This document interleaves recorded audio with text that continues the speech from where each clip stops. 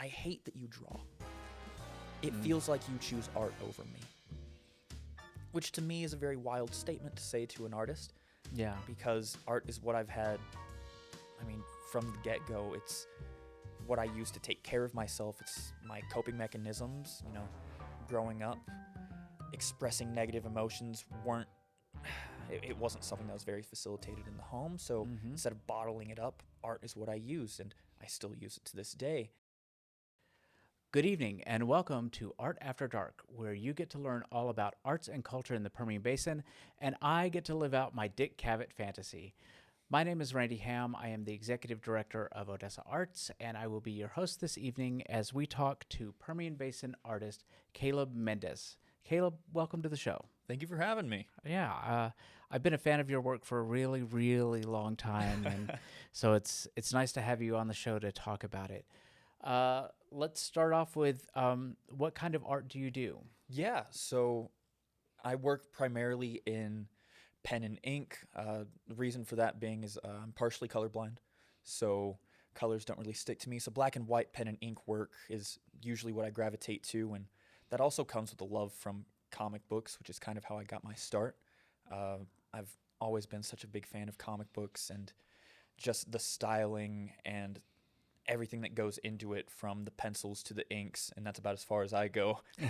Usually is, what draws that sort of attention to me, and I've just tried to replicate that into my art, whether it be comic related or something a little bit different. I still have that comic book inspiration in just about everything I do.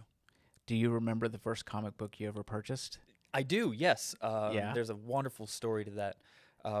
There is a Dollar Tree over here on 8th Street. Yeah. And I was probably about 6 or 7 years old. I was in there with my mother, and they had little grab bags of comic books. It came with like 3 comic books and a trading card. And I grabbed one. I'm like, hey, can I get this? And I think I got a little bit of an eye roll. And she's like, yeah, sure, whatever. It's like, awesome. I get home and I open it up. And the very first book that I see is Spawn Batman, written by Grant Morrison and drawn by Todd McFarlane. Oh, wow. And it was the coolest thing. My dad had this Spawn statuette growing up as a kid, and I thought it was always the coolest thing. He has these big guns and he has this flowing cape, and I'm like, oh, that character is edgy and I love him so much. And then opening up the comic and seeing the character like in the pages along with Batman, my personal hero, I was like, oh, wow, this is so cool. And Todd McFarlane's art really inspired everything that I do. The hyper detail, all of the cross-hatching, all of the lines that definitely don't need to be there, but I do it anyways because it's fun. Yeah, so that was my first book, and I still love Todd McFarlane. I still love everything he's done. It has carried all of the artistic inspiration I've had. That is so amazing that you still remember that. 'Cause I still remember the first comic book that I purchased too. What was that? It was, I was growing up in Fort Stockton, and I was going with my mother to the grocery store. Back then, man, am I aging myself, but there were comic book spinner racks. Yep. And at that point, Linda Carter's Wonder Woman had been on TV for a couple of years, and I was such a nut about that show. And so I saw a cover that was New Teen Titans number 9 by George Perez and Marv Wolfman. And all I knew about it at the time was that there was someone on the cover that vaguely looked like Wonder Woman but wasn't, and I couldn't understand like who that was. So I begged my mother for that comic, and she bought it for me. I took it home, and I feel the same way about George Perez that you feel about Todd McFarlane. And so the art was just amazing. And then I realized that was Wonder Girl. It was Wonder Woman's little sister. And then there was this fabulous character named Raven with a big cape and this dark, evil soul self. And I was just hooked from that point on. And I still have that comic. Wow. Yeah. That's awesome. It is worn to the nub. So now I have like a reprint edition and like, I don't think one of the omnibus or something. But yeah, I still remember that. So and George Perez and Marv Wolfman's run of New Teen Titans was just absolutely stunning. It was. It was. Well, we thought we were going to talk about art in general, but we're just going to talk about comic books for the rest of the show. No. So, that's all well and good, but Yeah. where you and I diverge is that you actually started using your comic book obsession as inspiration for drawing. I can't draw a stick figure to save my life. So at what point did you start thinking, oh, maybe I could do something like this? Yeah, so I guess I started really thinking about it when I was around 13 years old, 7th grade. I made some friends, and one of them had some comics that they would bring to like school, and I was like, "Oh, this is really cool. Other people like comic books too. Like this is so neat." And like the more I got to like trade comics with them at school, the more I was like, "Man, I kind of want to do this. Like I want to just start drawing stories, I've always been a somewhat creative kid coming up with stories of my own for like stuffed animals or my Legos or my Transformers that I had and creating little story arcs for everything. And I was like, well, how cool would it be if I got to just draw that stuff instead of just have it stay in my bedroom? Yeah. It's like maybe I could just put like something to paper. And around 13 is when I was like, yeah, I can sort of take drawing a little bit seriously. I didn't understand the necessity of anatomy at the time. I was just like, yeah, these characters have really long limbs and disproportionate faces, but that's okay. I'm telling a story. And that's just kind of how that's when I started taking it seriously. I've always been kind of like doing drawings and sort of storytelling through art. But at 13, I was like, no, I can do this seriously because other people like comics too. Yeah. And if they like comics, then maybe they'll like what I draw. And so that's kind of where I started to take it a little more seriously. And then at 16, I was like, oh man, these characters aren't looking too hot. Maybe I need to learn how anatomy works and read a couple books and stuff like that. And I was homeschooled, so I had all the time in the world to, like, well, I was homeschooled after 7th grade. I had all the time in the world to teach myself how to do that stuff. Just picking up books or reading comics, is just how I learned. I'm like, oh, the muscles move this way, and doing martial arts as well also helps. Where I'm like, Oh, yeah. my body can only bend a certain way, so I can't draw the body bending that way because that just does not make sense. So, like, just those little things kind of helped me really hone in and focus a bit more on my craft and on my art. And I mean, I still have to practice daily or every other day or so just to make sure that I'm on my A game. Well, yeah, it's a muscle, Mhm. just like anything else. And, talent is a wonderful thing. It is great. And everybody has a different talent for a different thing. Like I said, I can't draw to save my life. But it's also, these things are skills that Mhm. you have to practice and you have to learn how to improve. And so, when people talk about art disciplines, especially as a hobby, and don't really understand the investment that you have to make yourself in your time, in finances, in your body. I mean, carpal tunnel sounds like just a made up disease, but it's a real thing, and it can hamper not only how you draw, but how you do other things in your life. And so, that's one of the reasons why it's so important to compensate artists for the work that they do, because it is talent married with skill and discipline, and you have to have all three of those legs to make that stool stand. Yeah, absolutely. And I mean, like you said, it's the compensation for the artist. It's like, yeah, my prices are set where they are, not because, oh, I'm this super big thing. I took the time to dedicate myself to this craft, to be able to do this to the extent that I can. So whether I finish it or finish a piece in an hour or in 10 hours, you are paying for not only my time, but the time it took me to be good enough to do that in the first place. Right. So yeah, Exactly. 100%. And it is something you have to be disciplined to invest your time in. Mm-hmm. It's not something that you can just pick up and be good at and then that's it. Right. You have to continuously devote that time and that discipline into learning and practicing, not as much as possible, but where you can, because not everyone can make the time to do it all the Sure. time. It's like, but devoting that time in general is definitely a discipline. It's not something everyone wants to do, but No. if you love it, you're gonna make the time for it. Yep. You make the time for the things that matter to you. Exactly. So you've been reading comics and you've been practicing and you realized the places you needed to improve. But if one of the big two publishers were to call you tomorrow, let's say you got a call from Marvel or you got a call from DC, and they said, we love your talent. We want you to draw one of our books, any one you want. What book would you want to draw? Oh, wow. Okay.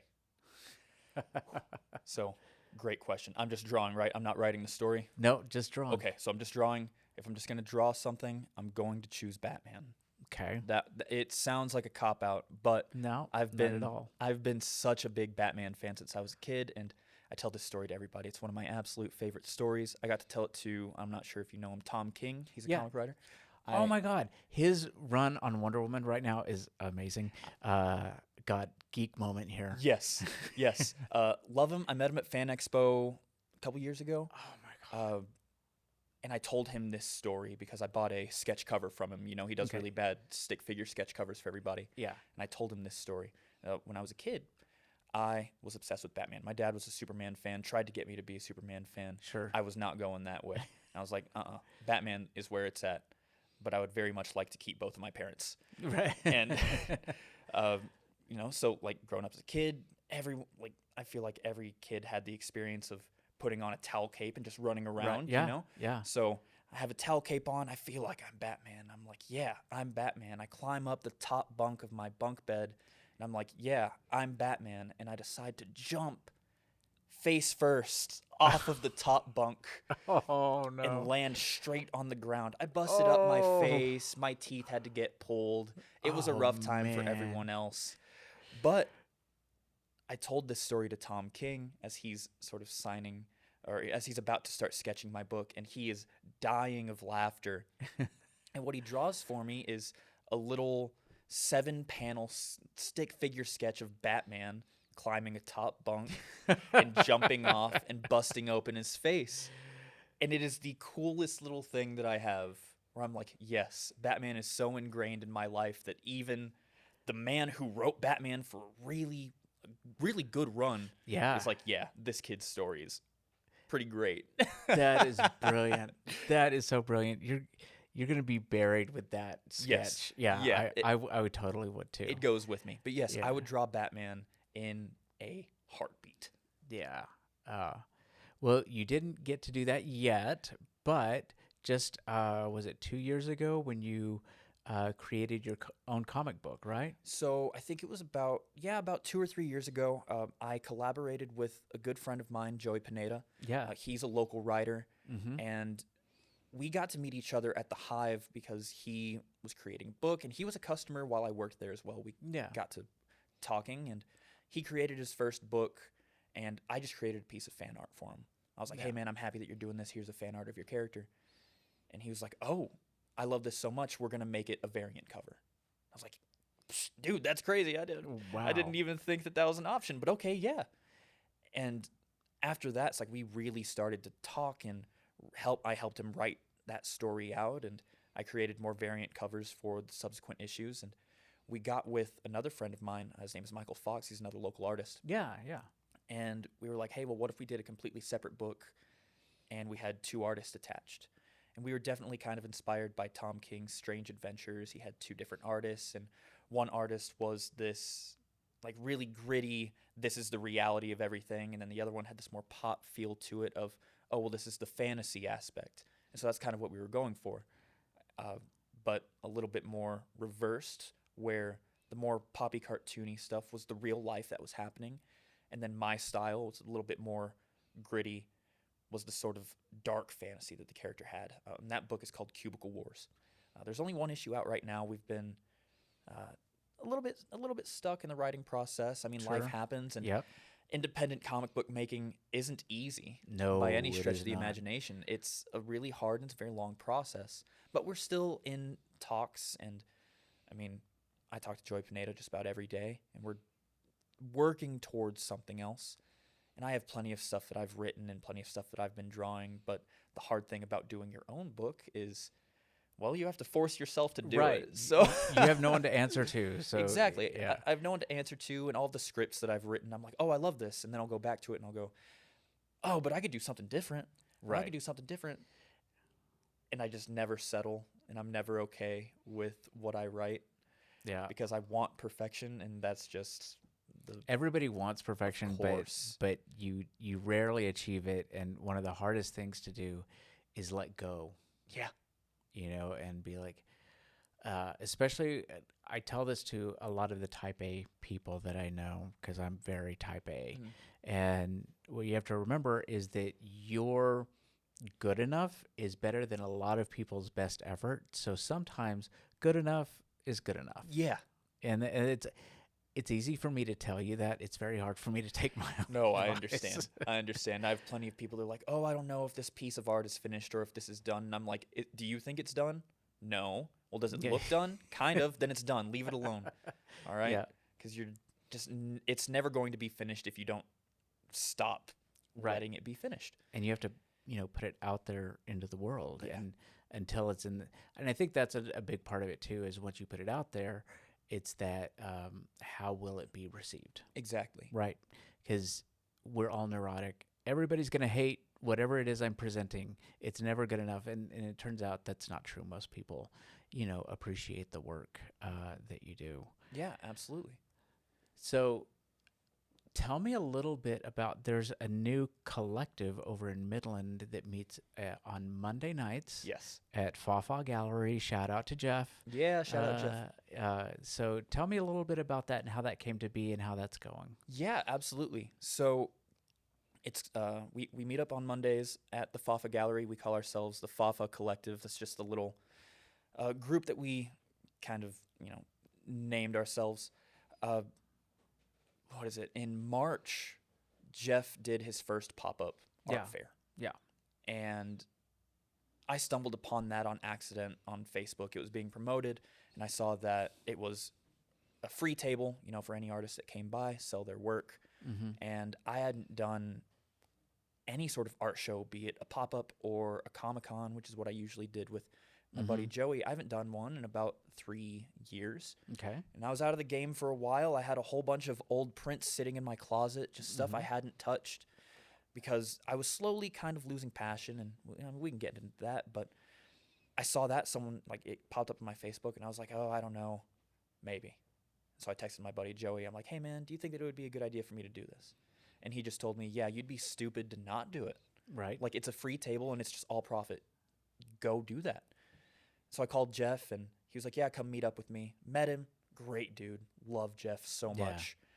And did the art pop-up, and it just felt like such a nice and welcoming environment, to be around other artists, a group of people that I haven't really been around, like despite all the years I've been an artist, I don't have many artist friends, or I didn't. And just being around like my tribe of people was really inspiring. I'm like, oh, this is really nice. And I work out in Midland, so I just stop by the art gallery every once in a while just to waste my time, hang out. It's a nice little quiet place. If I had some Yeah. paperwork to get done, I'd go over there and I'd sit down. And I just showed up on a Monday night randomly. There was really nothing going on, but there were a few of us from the art pop-up. I was like, oh, hey, I remember Yeah. you, and we know each other. And we just kind of sat there, and we all had our own sketchbooks, and we just kind of did our thing. We didn't really talk much. Nothing was really said. And at the end of the night, we were like, hey, this is nice. We should do this every Monday.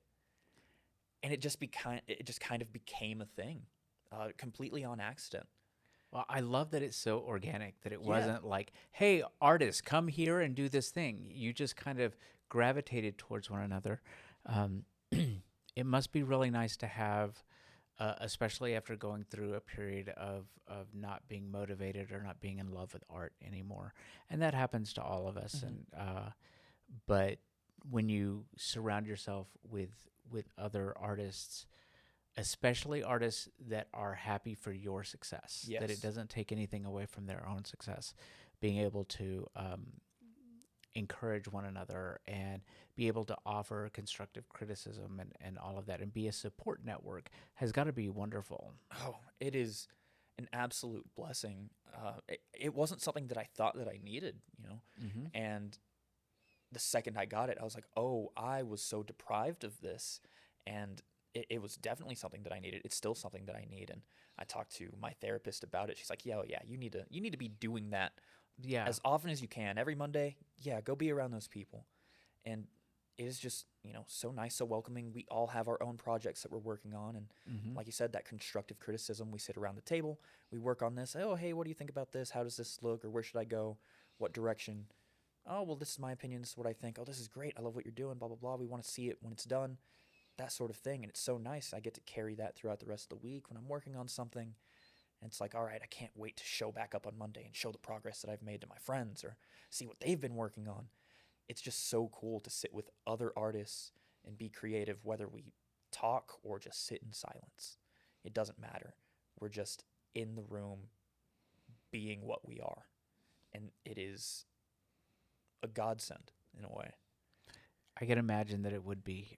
It's always nice to, especially when you're in a community that maybe sometimes hasn't historically valued art in a way, to be around people that remind you that yes, it does. We have to work a little bit harder to find it, but it's there. Yeah, there's so much appreciation for art. And yeah, you just have to find it. And I've always wanted to be a part of like an artist community. And I feel like, the Odessa area, there weren't really a lot of opportunities for that. And any of the artists that I did know were pretty quiet. They didn't Yeah. really do too much, or they stayed on social media. But I feel like we're all kind of hermits in a way where Yeah. we stay inside, we do our art alone, and Yeah. we leave it at that. But I've always wanted to like connect with other artists and be around them and not even collaborate, but just, see what they do and do my thing as well. And like I said, it just happened so organically and naturally. I just showed up one day and a couple other people showed up. And I was like, yeah, this is just what we're going to do now. And now it has become hey, artists, there's a few of us here. We'd love to have all of you just kind of join in on a Monday. And I mean, whether you're a painter, if you write, if you, do sketches, you draw, spoken word, we're trying to get into more of that area as well. There's definitely a lot of talks about what we want to do, for the artistic community. And I know that there are a few people locally, Kat Copeland and Laurel Davis and Bonnie, I forget Bonnie's last name, but they're in the spoken word community and they are trying to get more open mics and those sort of things for musicians and poets and writers. And I've spoken with Jeff and I've spoken with a lot of my other artist friends around there, and we're trying to get something going there as well because, I mean, just anything to facilitate the arts locally. Right. More art is better than less art. I mean, Yes. that's really the mantra, and Oh, yeah. it doesn't matter where it happens. I have this philosophy that what's good for Midland's good for Odessa, and what's good for Odessa is good for Midland, and it's amazing how controversial that can be sometimes. Yeah. But really, if artists can find a place to hone their craft and to exhibit their work, then that's the ball game right there. Hmm. All right. So there was a project that you did, something about don't date an artist. Yeah. So that project, it initially started as a poem that I wrote back in like 2019. 19 years old, young love, something like that. And I was dating somebody and I just realized, man, this just isn't it. And I would much rather sit in a room and draw than devote a whole bunch of time to you. And, we just really weren't that compatible. And I called things off and I wrote the poem as like a sort of piece of irony where I'm Yeah. like, artists, we're in love with what we do, or at least we should be, Mm-hmm. and it was a priority for me at the time. And I definitely found myself prioritizing it and going, yeah, I don't really care for the affection of other people, but what if I spun this around? What if I was like, yeah, I'm the toxic one, actually. I am the one that you should not fall in love with. And so that's where that poem originated from.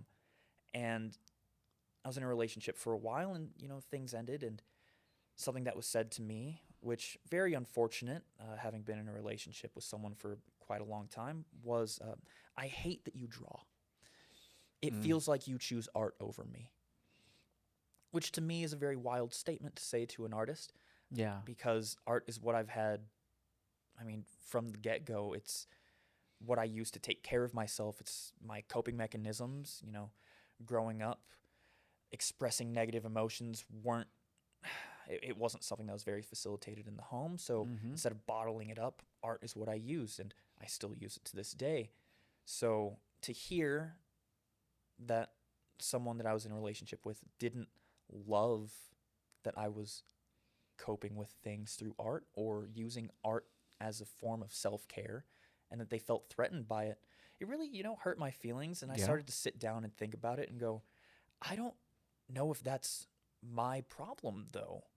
I don't know if my love for art is a red flag like you're spinning it out to be.